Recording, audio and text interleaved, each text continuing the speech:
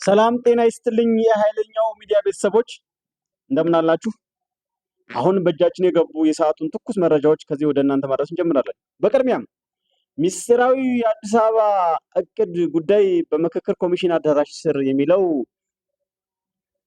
የሰዓቱ አብይ ርዕስ ነው። አገራዊ ምክክሩ ከተጀመረ እነሆ 1 ወር ከ1 ሳምንት ሆኖታል።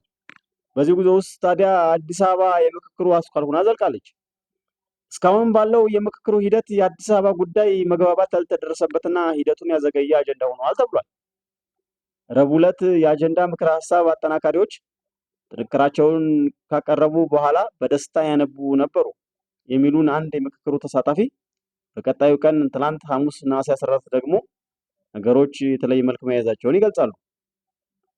የአዲስ አበባና የድሬዳዋን ጉዳይ በሚዳስሰው በፌዴራል ከተሞች አጀንዳ ላይ የሚመክረው የ500 ቡድን አባል የሆኑት አንድ ምንጫችን ባለፉትን 2 ቀናት የታዘቡትን ሲገልጹ ተመካካሪዎች ስምምነት የተደረሰ መስሏቸው ብሩህ ተስፋ ሰንቀው የመጨረሻ ውሳኔ ምክረ ሀሳብ የሚሰጡበትን ጉባኤ በጉጉት ሲጠባበቁ እንደነበር ተናግረዋል። ነገር ግን በአዲስ አበባ ጉዳይ ላይ የተጠናቀረው የምክክር ውጤት ሲቀርብ ግን አንዳንዶች አዳራሹን ጥለው እስኪወጡ ያደረሰ ልዩነት መፈጠሩን ሌላ አንድ ተሳታፊ ያስረዳሉ።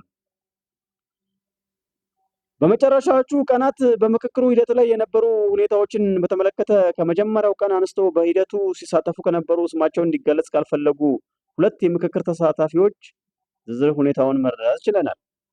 አንደኛ፣ ረቡዕ ዕለት የነበረው ድባብ የሀገራዊ ምክክር ኮሚሽን ምክትል ዋና ኮሚሽነር ወይዘሮ ሂሩት ገብረስላሴ ረቡዕ ነሐሴ 13 2018 ዓ.ም በሰጡት መግለጫ ከ8ቱ ባለ 500 ቡድን የተውጣጡ 120 አጠናካሪዎች ስራቸውን አጠናቅቀው ለየቡድኖች አንድ ወጥ የምክር ሀሳብ ሰነድ ረቡዕ ጠዋት ማቅረባቸውን ተናግረው ነበር።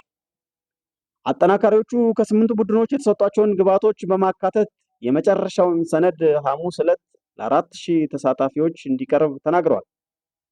አንድ ትልቅ ምዕራፍ ላይ ደርሰናል ማለት ነው በማለት የሂደቱን ስኬታማነት በወቅቱ ገልጸውም ነበር። ነገር ግን በየአዳራሹ የተከፈሉት 500 አባላት ያሏቸው የሥራ ቡድኖች በ8ቱም አበይት አጀንዳዎች ላይ የተደረሱ ስምምነቶችና የውህደት ሀሳቦችን አዘጋጅተው ለየቡድናቸው ሲያቀርቡ መልካም ድባብ እንደነበረ ያነጋገርናቸው 2 ተሳታፊዎች ጠቅሰዋል። ኮሚሽኑ በተያያዘው ቀጠሮ መሰረት 500 አባላት የያዙት ቡድኖች በአጠናካሪዎቻቸው አማካኝነት ያዘጋጁት አንድ ወጥ የምክረ ሀሳብ ሰነድ ሲቀርብ ለመስማት 4000ዎቹ ተመካካሪዎች ጠዋት በአዳራሽ ተገኝተዋል። ሆኖም ግን አዳራሽ ውስጥ የነበረው ድባብ የተለየና የከበደ ነበር ይላሉ አንድ ምንጫችን። ቅርቃር ውስጥ የገቡ አጀንዳዎች ላይ በመወያየት የመፍትሄ ሀሳብ እንዲያቀርብ የተቋቋመው 230 አባላትን የያዘው የክልል ጉባኤ ረቡዕ ምሽት ድንገተኛና አስቸኳይ ስብሰባ ተጠርቶ እንደነበር መስማታቸውን ይናገራሉ። በአዳራሹ ውስጥ የነበረው የከበደ ድባብም የተፈጠረው በዛ ምክንያት እንደነበር በመጥቀስ ስብሰባው ለምን እንደተጠራ አስቀድሞ የሚያውቅ ባይኖርም በጭምጭምታ ግን የአዲስ አበባ ጉዳይ እንደሆነ ይናፈስ ነበር ብለዋል። ጠዋት 4 ሰዓት የገባው ተመካካሪ ሙሉ ረፋዱን ያላንዳች ተግባር ማሳለፉን የሚገልጹት እኚህ ምንጫችን ለምን እንደዘገየ ምክንያቱን የሚናገር አንድም አካል አልነበረም ይላሉ። በመሆኑም ሁለቱም ምንጮቻችን እንደሚሉት አዳራሹ በስጋትና በጥርጣሬ ጭጋግ ተሸፈነ። 4000 ተመካካሪ በቡድን የሆነ ያንሾካሾካል። በተባራሪ የሰማውን ጥርጣሬ ይተነትናል፣ ይገምታል፣ ያነሳል፣ ይጥላል። 4000 ተሳታፊዎች በጋራ የሚጠባበቁት የሐሙስ መድረክ የተጀመረው ከቀኑ 6 ሰዓት አካባቢ እንደነበርም ይናገራሉ። የሀገራዊ ምክክር ኮሚሽኑ ሰብሳቢ ፕሮፌሰር መስፍን አርአያ በግል ጉዳይ ምክንያት በሀገር ውስጥ ስለሌሉ ሰሞኑን በምክክሩ ላይ አልተገኙም። 7ቱ ኮሚሽነሮች ወደ መድረክ ከወጡ በኋላ ከመካከላቸው አንዱ በአዲስ አበባ የኦሮሚያ መንግስት ርዕሰ ከተማነት ጉዳይ ላይ በጉባኤው ስምምነት ባለመደረሱ ከኦሮሚያ የተወከሉ ተመካካሪዎች ቅሬታ አቅርበዋል በሚል ብዙዎች ያልጠበቁትን የአዲስ አበባን ጉዳይ የአዲስ ሀሳብ ማቅረባቸውን ተናግረዋል። በመቀጠልም ኮሚሽኑ ይህንን ለመፍታት በመቸገሩ የመፍትሄ አቅጣጫና ምክር እንድትሰጡን አጀንዳውን ወደዚያ አምጥተነዋል ማለታቸውን 2ቱ ተሳታፊዎች ገልጸዋል። አስተያየት የመስጠት እድል ሲጀመር ከመድረኩ ፊት ለፊት የተቀመጡት የ12ቱ ክልሎች ፕሬዝዳንቶችና የ2ቱ ከተማ አስተዳደሮች ከንቲባዎች የመጀመሪያው እድል እንደተሰጣቸው ተናግረዋል። ከአማራ ክልል ውጭ የክልል ፕሬዝዳንቶች ተራ በተራ እየተነሱ አዲስ አበባ የኦሮሚያ ክልል ርዕሰ መስተዳድር ከተማ እንድትሆን ከሰፊ ማብራሪያ ጋር የውሳኔ ሀሳብ አቀረቡ ሲል ምንጩ ይናገራል። በመቀጠል እድሉ የተሰጣቸው ከየክልል መጣን የሚሉ ተመካካሪዎችም ርዕሰ መስተዳድሮቹ ያነሱትን ሀሳብ በመደገፍ ማስተጋባታቸውን ተናግረዋል። እነዚህ እድል ያገኙ ተመካካሪዎች ረቡዕ ምሽት በተጠራው አስቸኳይ ስብሰባ ላይ የታደሙ የ250 ቡድን አባላት መሆናቸውንም ጠቅሰዋል። በአዲስ መልክ የተነሱትን ሀሳቦች የ500ዎቹ የስራ ቡድኖች በጥቅል የደረሱበትን የውሳኔ ሀሳብ ወደ ጎን ያለ ነው የሚሉት ሁለቱ ተሳታፊዎች ምክረ ሀሳብ የመስጠት ሂደቱ ከምክክሩ አካሄድ ያፈነገጠ እንደሆነ በኮሚሽነሮቹ መካከልም ልዩነት መፈጠሩን በማንሳት አስረድተዋል። የአማራ ክልል ርዕሰ መስተዳድር የሰጡት ሀሳብ የክልል ርዕሰ መስተዳድሮች እና ሌሎች ተሳታፊዎች የውሳኔ ሀሳብ በሚያቀርቡበት ወቅት አንድ ኮሚሽነር ሂደቱን አቋርጠው እኛ የጠየቅነው የመፍትሄ አቅጣጫና ምክር እንጂ አንደኛውን አማራጭ ምክር ሀሳብ ብቻ ደግፋችሁ አስተያየት እንድትሰጡ አይደለም፣ አካሄዱ መታረም አለበት ማለታቸውን ገልጸዋል። ይህን ሲሉ ከአዳራሹ የተደራጁ የተቃውሞ ጉርምታዎች ተነሳባቸው ሲሉም ተቀቅለዋል። በዚህ ሁኔታ ውስጥ የአማራ ክልል ርዕሰ መስተዳድርና ምክትላቸው ከሌሎች አቻዎቻቸው የተለየ ንግግር ማድረጋቸው ምንጮቻችን ተናግረዋል። በንግግራቸውም ኮሚሽኑ የአንድ ወገን ስሞታ ብቻ ነጥሎ ማቅረብ ስህተት እንደሆነ፣ ጉዳዩ የሁሉም ኢትዮጵያውያን ሆኖ ሳለ የሁለት ወንድማማቾች ህዝቦች አለመግባባት አስመስሎ ማቅረብ እንደማይገባ የክልል ፕሬዝዳንቶች የተናገሩበት ወገንተኝነት የተሞላበት መንገድ እንደሚያሳዝን ገለጹ ብለዋል።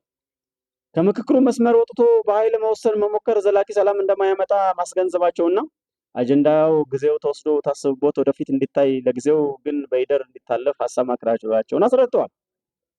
የድሬዳዋ ከተማ ከንቲባ አስታራቂ የሚመስል የፖለቲካ ሀሳብ ማምጣታቸውን አንስተው ነገር ግን ሁሉም ሀሳቡን ከሰነዘረና የአዳራሹ ድባብ ከተቀየረ በኋላ ነው ይላሉ። በመጨረሻም ጉዳዩን መዝጋት ይቻል ዘንድ ከ12ቱ ርዕሰ መስተዳድሮች፣ ከሁለቱ ከንቲባዎች፣ ከሀገር ሽማግሌዎችና ከባለሙያዎች የተውጣጣ ኮሚቴ ተሰይሞ የመፍትሄ ሀሳብ እንዲያቀርብ የተወሰኑ ከቀኑ 8 ሰዓት ተኩል አካባቢ ስብሰባው መበተኑን ገልጸዋል። ነገር ግን ስብሰባው ከመጠናቀቁ በፊት አዳራሹን ጥለው የወጡ መኖራቸውን ሲገልጹ ከታች ጀምረው በጉባኤ ላይ ሲሳተፉና ምክክሩን ሲመሩ የነበሩ አንዳንዶች አንገታቸውን ደፍተው አዳራሹን ጥለው ወጡ በማለት ነበር። የነበረው ሁኔታ ሀገራዊ ምክክሩ በመንግስት ተጠልፈዋል ብለው እንዲረዱ እንዳደረጋቸው የሚገልጹት ምንጫችን ዓይን ያወጣ እጅ ጥምዘዛና የፖለቲካ የበላይነት ጎልቶ ታይቶበታል ሲሉ ገልጸዋል በማለት በዕለቱ ላይ ጫና እንደተፈጠረ ስሜታቸውን ገልጸዋል። ፍጻሜው ምንድነው የሚሆነው የሚለው ጥያቄ እንደሚያሳስባቸው የሚናገሩት እነዚህ ምንጮች የመፍትሄ ሀሳብ እንዲያመነጭ የተቋቋመው ኮሚቴ የተለየ ለውጥ ያመጣል ብለው እንደማያሳቡ ይገልጻሉ። ሌላው ተመካካሪም እንዲሁ በዚህ ሂደት የአዲስ አበባ ጉዳይ እልባት ያገኛል የሚል ተስፋ እንደሌላቸው ተናግረዋል። ከ4 ዓመታት በላይ ዋነኛ የሚባሉ የሀገራዊ መግባባት ምክክር አጀንዳዎችና ተሳታፊዎችን ከሀገር ውስጥና ከውጭ ሲያሰባስብ የነበረው ሀገራዊ ምክክሩ ከአንድ ወር በላይ በሺዎች የሚቆጠሩ ተሳታፊዎችን በማካተት አዲስ አበባ ውስጥ ሲያካሂድ ቆይቷል።